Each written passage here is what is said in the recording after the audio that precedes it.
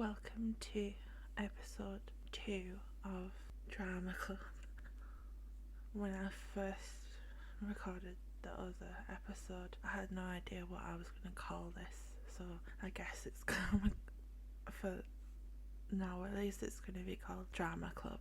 If this is your first time here, then welcome. If you actually watched the other episode, welcome back.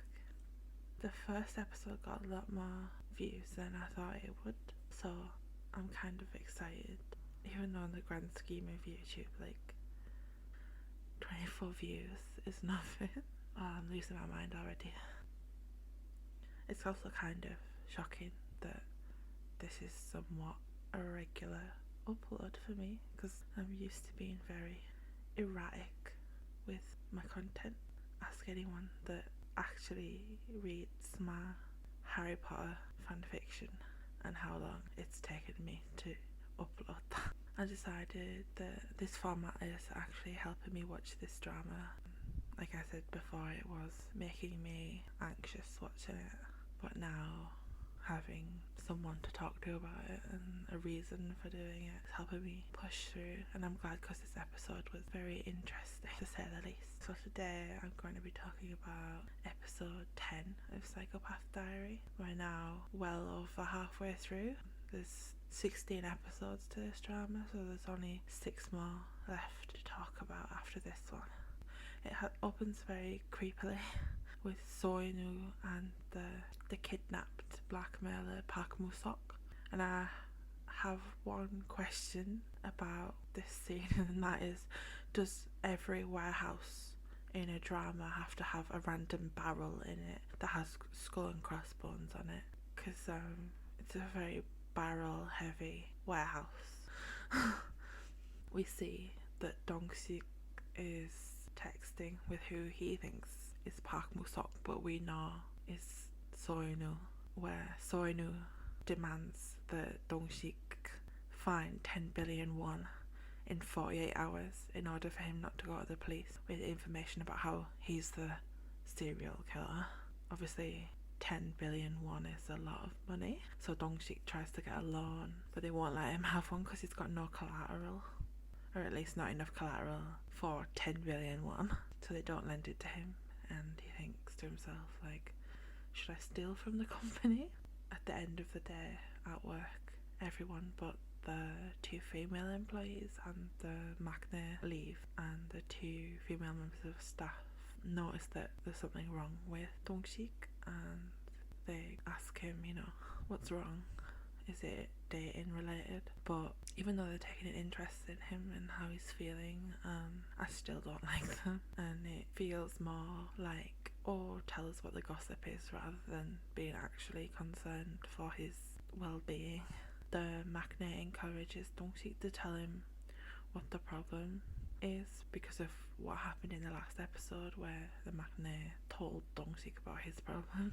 Dong-sik thinks about asking them for money, but then, we find out that he knows that they're all in worse financial positions than he is, and we see that he just gives up on asking for help, essentially. Bo-kyung, the female police officer, is in trouble again for going outside of her duties, but the senior officers at the police station say that they won't punish her because she's being transferred. She didn't know about that. Her weird uncle, who's the profiler, comes back and wants to talk with her, and she tells him that there's an informant on the serial murder case, and he's annoyed that she hasn't told him about that and that she's working on her own. And he's like, you don't trust me, right? And then he's like, maybe in the past I made a mistake about the profile that I made. I could have been wrong. It was hard to admit that I could have been wrong after your dad was hurt. And he goes on about how he wants to capture the serial killer with his own hands, if it's the same guy as back then. And I also want to do it with you, Bo-kyung,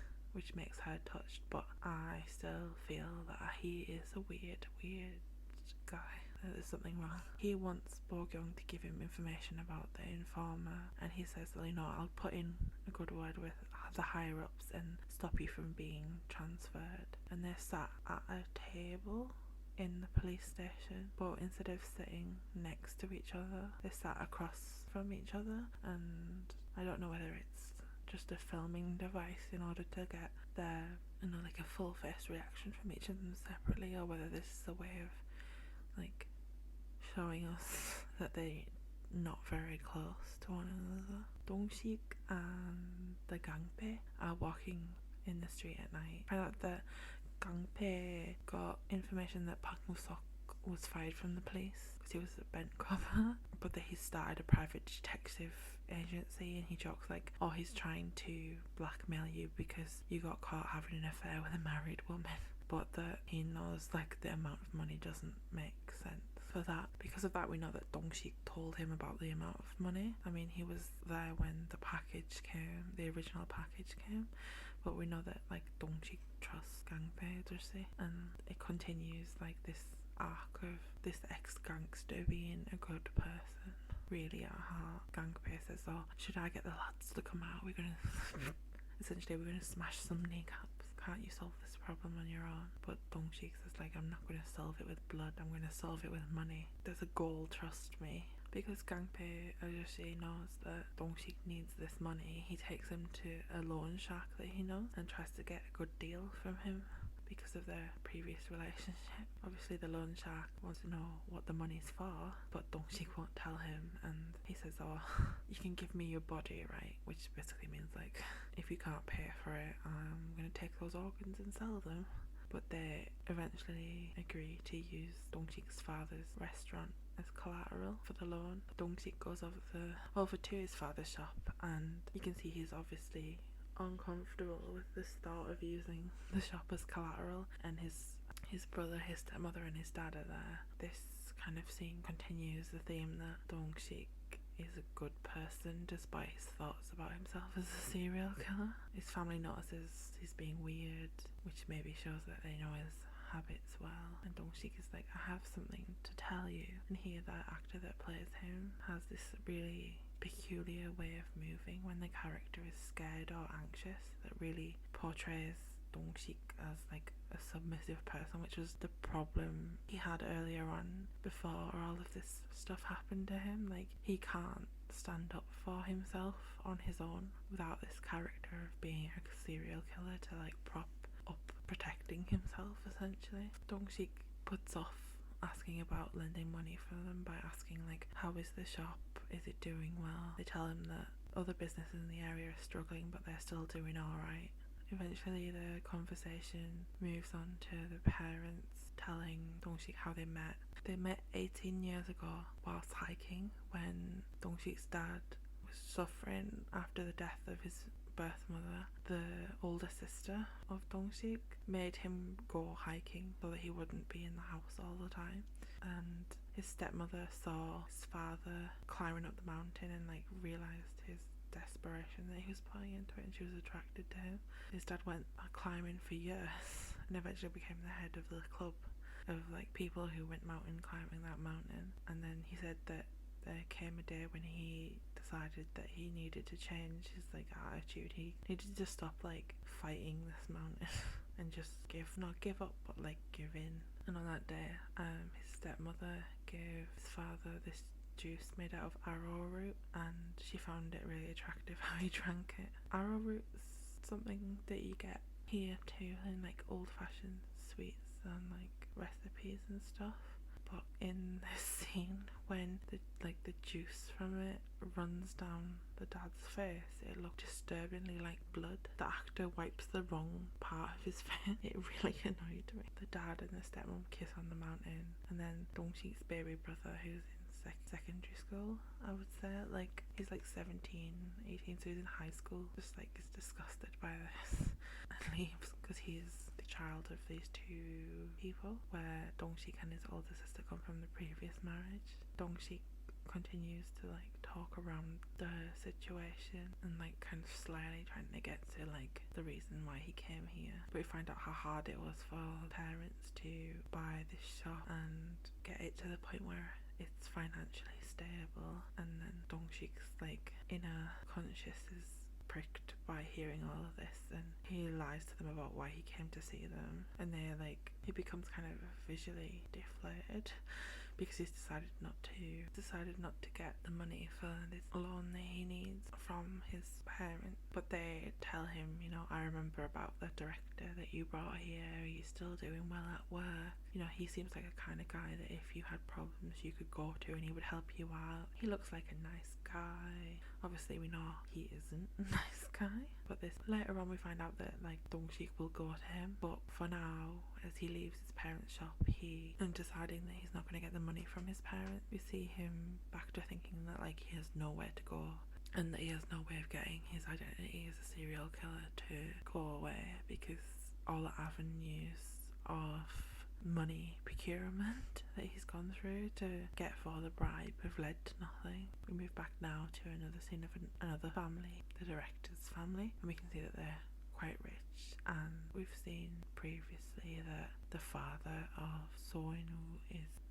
probably a psychopath too. Soinu's dad, and I'm not sure if she's his stepmother or not, I can't remember, are fighting over whether Ji-hoon who is I think Soinu's younger brother is going to come back to work or not for the company. The director arrives and you can see on his face that he looks kind of like he's dreading being at home, and when he walks into the room, like the parents immediately stop talking and the mother becomes cold and leaves, despite the formality of speech that Soinu shows towards her. And we can see that there's problems here. She doesn't call Soinu's father his father, but by his business position. When she talks to Inu before leaving, like Inu is just a colleague or like someone who worked for the family instead of a son. The father lets us know that she's never liked Inu, despite him calling her mum when he was a child, and that she's never referred to him by his name until this moment. She used to call him hey or you, essentially, which is emotional abuse or neglect. And like through this family dynamic we can see like some of why Inu is the way he is. Not that necessarily we should have sympathy for him, but you can definitely have empathy for a child that grew up in this house, because it certainly doesn't seem a healthy place to grow up.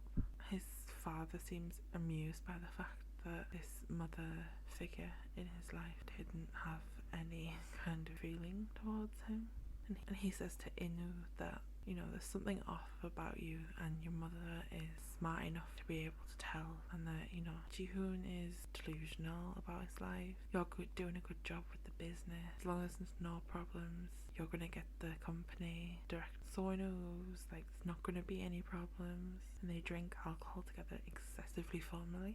And this scene between them feels like two carnivores like circling each other, trying to size up whether they can take one down. Soinu kind of hesitantly drinks. Then Dong-sik rings director and decides, after remembering all the nice things that he's said in the past, to ring him and ask for help, which is part of Soinu's plan. The director's secretary brings him the money in his office that he asked for to be cashed out of his personal accounts and stocks for him. Coincidentally, it's also the same amount of money that he's blackmailing / setting up Dong-sik with. She says to him, oh, it took longer than you wanted to because I was trying to be discreet. He tells her, oh, it's for an investment I'm planning to use. And I thought maybe he was going to be planning to use lending this money to Dong-sik as like an axe to hold over his head later on. This secretary is very odd in that she knows that he's up to bad things, but she doesn't want to know what those are in detail. But she's also not going to snitch on the director. She's not going to investigate further into it. She's just going to do things for him and not ask. And you know, like in this scene he feels her out. Are you gonna ask more about what this money is for? And he like goes over to the bookcase that we know behind which is where all his guns are. And she tells, hey, I helped you kick Ji-hoon out of the company, like I'm here for the long haul. And he tells her that she's smart, and the phone rings and it's Dong-sik. Soinu has this like super happy smile on his face because you can see his plan starting to come together of luring Dong-sik into potentially killing Park Musok. You see that the two of them meet in the fancy bar they were in before, and they're contrasted against each other by Dong-sik being extremely anxious and like throwing back drinks. So you know just kind of sprawling casually and laughing really comfortably. He brings up to Dong-sik that like, oh, you must be having money problems. How much do you need? I'll be your saviour. I'll lend you about 1,000,000 won. Dong-sik feels really uncomfortable and like tries to leave, and he's the director's. It can't be more than that. Like 10 billion won. Really? And Dong-sik is kind of desperately asking, like, is that possible? And the director's like, how are you in this debt? I'll see what I can do for you, but I don't think I could help. And he's like laughing to himself when he sees that Dong can't see him. Dong-sik feels really hopeless. And when he leaves, he gets another text asking for money, where Soinu is mentioning that, you know, I'm going to tell Bo-kyung, but if the money isn't there by 4 p.m. tomorrow in this place that I've chosen. He's still at the bar when he sends this text. We learn that Bo-kyung hasn't been moved apartment, so her uncle's words must have done something. And she gets a text from the informant while she's at work, where Soinu tells her a place to meet. She goes to see Dong-sik at the escape room where they keep going to talk about the case. She shows him the text about the situation, and he realises, oh, the time that she's been told is the one he's also been told, and that the blackmailer is like, this is another way of threatening him. Bo-kyung tells him that she can't work with him anymore. She's going to be pursuing the case with Captain Ryu, and that she's noticed that there's something wrong with him. Dong-sik gets really anxious and kind of angry with the situation, and like he starts like trying to hurt the mannequin in the escape room, but he can't even do it. And he realizes like the only option left to him is to kill Park Musok if he wants to stop this from going down the way it is, because he's not going to get this money. We see that the director's placed a device in the escape room that lets him listen to their conversations, which is why it's stupid that they're talking about this in this place. I mean, if I've not already talked about it, like, I don't understand why his police officer is saying telling this witness so much about the case that she has. Like, there's got to be a problem with that somewhere. But even more so, talking about it in like this kind of non-private space is very, very weird. Soinu is having the time of his life. He's so excited that things are going so well in his plan. Dong-sik sends him a text where he's like, I understand, because he's decided, like, I'm gonna have to kill him. We get a tour of Inu's murder weapon collection, where he like has his shirt unbuttoned. He's not wearing his 3-piece suit, and we can see like this is where he's comfortable. He plays with a sword. He kind of looks drunk. He gets a bill hook out and starts swinging it around. He's not wearing shoes. Picks out a flick knife. He's very excited and kind of not this like very together person that we get when he's at work. When Dong-sik gets home, he gets out the diary and he's like, I need to let this wild beast back out again, maybe, despite his previous conviction to, I'm never going to kill again. We see back in the warehouse that Park Musok is still on the floor. He's still tied up, and there's probably a high likelihood that Inu is going to kill him and then use the murder as a way of framing Dong-sik. At least that's what I think at this point in the story. Musok is struggling to free himself after the drug that he was given has worn off. But when Inu returns to the room, he pretends to be unconscious, but Inu's like, this medicine doesn't last this long, and he just kicks him constantly until he can't keep quiet anymore. We see like he's terrified that Inu is going to kill him. He's like, you've got all the evidence anyway, like what can I do? I can't even say anything about you, I've got no evidence. And in this scene, it's very dark because it's a warehouse, probably at night. It's a scene that probably could be very dark and kind of boring because of the colour scheme of a warehouse, but on the floor they have some sort of red tape or paper that helps break up that kind of boring colour scheme. And he was like, your game is over, but mine is starting. I'm just setting things up. A villain speech, essentially. And he re-injects him, and he picks up the broken glass that Park Musok was trying to use to cut the rope binding his hands. He gets really angry. He's like, you have to use the proper tool, which is maybe an insight into why he has so many murder tools. And he brings out a knife that he specifically brought for this purpose. We see that the Gangpei is still worried about Dong-sik.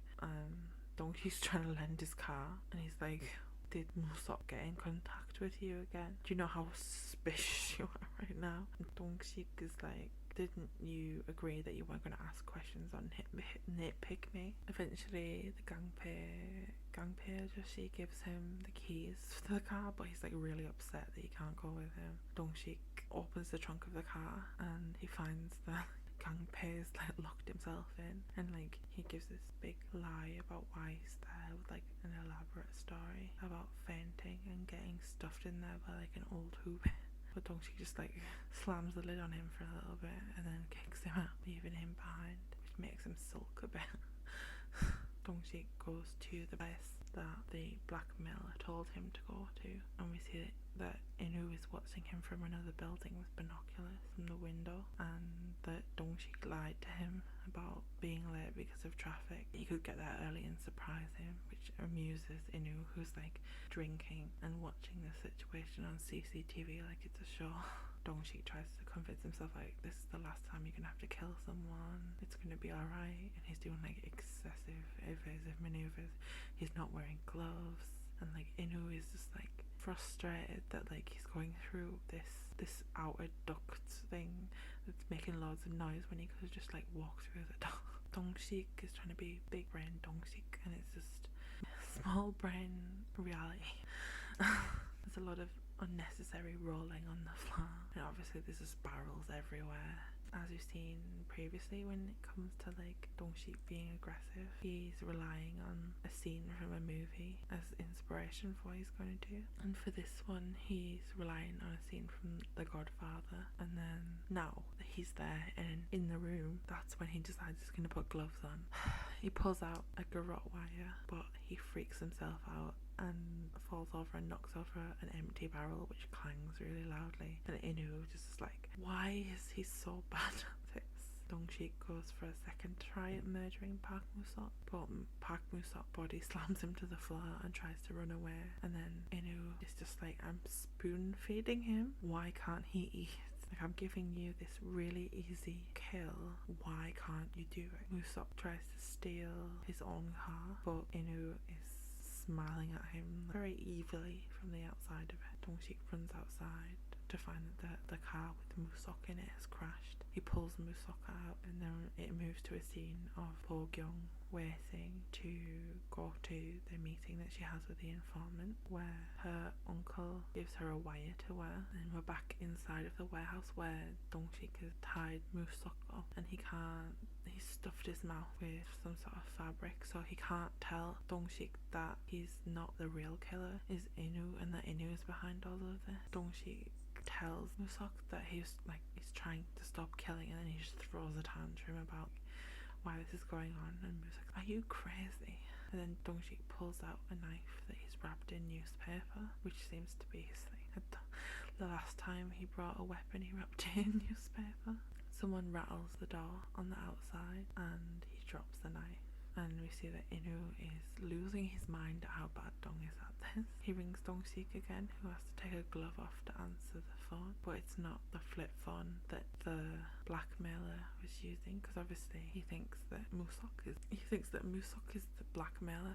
So if he gets a phone call from someone who isn't while Musok is there from that phone, it's going to be obvious that it's not him. So it's his real phone, and it's Inu telling him, I've got the money, let's talk about it. They go to the same bar, which is a very beautiful bar, where we see Dongshik downing more drinks, and Inu passes him the money in the same carrier that he got it from his secretary in. Dongshik thanks him, and Inu's like, you're being threatened, aren't you? I should at least know what's going on. And Dongshik, still drinking, he's like, yeah. Inu says to him, I've been in a similar situation before. It's probably not something that's going to be solved with money. They're not going to give up. You need to decide with your life what you're going to do with it and not be dragged around by other people. And Dongshik's like, what should I do? And he's like, make sure that you won't be dragged around again. And we see the contrast between these two men is really severe. Inu pulls out his phone and pretends to talk to Bo Gyung and says, oh, she's found the identity of the informant. Dongshik tries to rush off without the money, and Inu reminds him about it. And then we're back to Bo Gyung is still waiting despite it being past the time when it's supposed to be. So her uncle goes up to her and is like, getting stood up in this sort of thing is common. But just as that happens, we get a message from Inu who's saying like, things got complicated, I was going to give the guy money, and sends them numbers which they realise is the number on telegraph poles, make it on a specific telegraph pole. So they rush off trying to find out where this telegraph pole is. Now that Dongshik is completely wasted, he goes back to Musok and has both gloves on and says, I think I'm gonna have to kill you. And Bo-kyung and the police arrive at the place where he's at, and they look in the car outside that crashed into the telephone pole. They find Park Musok's ID, and the uncle knows who he is. Dong-sik picks up the knife again, and Park Musok wrestles him again and breaks free, and they fight, and Park Musok beats the shit out of Dong-sik. They both fall down a flight of stairs. Bo-kyung and her uncle enter the building just as Dong-sik waking up because he knocked himself out in the fall, and he's covered in blood, and we think for a few seconds maybe he's the one that got stabbed with a knife, but we find that the knife is stuck in Musok's chest. Bo-kyung and her uncle find Park Musok on the floor, but the knife is missing from his chest. Dong-sik is in the car trying to clean up, and he's crying, and he's covering the mirror inside of it so that he doesn't have to look at himself, and his hands are covered in blood, and that whatever he's using to try and clean it up is just like smearing it everywhere, because blood is like notoriously hard to deal with because it's oily. Bo-kyung and her uncle go to see a higher up police official to say like the previous criminal that we thought was the serial killer was a copycat, and this case needs to be reopened again. And they think that Musok was the informant, and he was trying to tell them about that, and now he's dead, so they think the serial killer killed him to quieten him. And the higher up police officer is like, the image of the police service better not suffer from this. The uncle is still weird, and we find out that he rings the father of Inu and calls him Hyungnim, and he's like, hello, I'm the one in charge of the murder 8 years ago. So the murder that was Inu's first murder, so we have to think maybe he was paid off. Dong-sik is drowning his sorrows in the shower, fully clothed, trying to get the blood off of him, and he doesn't understand why he's so upset by this murder, because he thinks he's a serial killer. So he's like, why do I care about this when I didn't care in the past? He's like, oh, maybe I'm just super broken. He refuses to meet Bo-kyung, and he doesn't go to work. The director is really happy at work, to the point where the secretary notices that Dong-sik isn't there. She feels really uncomfortable with his use of words, where he says that he had a killer night, and his laughing side profile that she sees, because when he turns in his chat to laugh about his evil plans, like he doesn't turn all the way, and she can see his side profile in the newspaper he was reading had the murder of Musok written on it. She's starting to add up pieces, despite saying earlier that she didn't care what he was up to. I think maybe she thought it was purely financial crimes, but maybe murder is a bit too much for her to keep her silent. Something we might find out later on in the series. We find out that Dong-sik's colleagues are worried about him because he's never like not come to work for no reason before, and the guy who he works with, who is the most annoying, looks over on his desk and sees what he thinks is a suicide letter, but once he moves all of the other things on the surface of the desk, we see that it's actually just a list of inter-office phone numbers, but that because some of the letters were covered up, it looked like the words was a suicide letter. Because Bo-kyung can't get in contact with him, she goes to his work, and everyone thinks that like they're dating. The director says to see him and tells Bo-kyung that like he came and asked me for a large loan and is really worried, so you should talk to him. Like maybe he was threatened by someone. So he's like planting seeds in her head that like Dong-sik did this. She gets really worried that something's actually happened. Dong-sik's at home, and Inu offers to go with her to Dong-sik's house, but she says, you know, she puts distance between him and her. Dong-sik's at home watching TV. He's like worried because the murder's not even been on the news, and he doesn't know whether that's something to be relieved about or not. When Bo-kyung arrives at his house, he tries to stay quiet so that she doesn't think he's at home, but she bangs on his door for long enough and loud enough that he eventually opens the door, and she's like, if you're being his friend, like, there's a way out. But he's like, there's nothing, that's not what's going on. My body just hurts all over. And we find out he's got a fever, and she nurses him. And when he goes to the bathroom, she opens one of his storage boxes and sees his movies that he packed away and all the empty shelving and the suitcase with the money in it. And she opens slightly and she sees the money in it, and her mind is blown, and she started to put things together with a threatening thing. And that's the end of this episode. So we have to find out next episode whether she thinks that Dong-sik had something to do with this, or how he's going to play it off, why he has so much money in a suitcase in his room. Hopefully I will make another episode next week. So bye for now.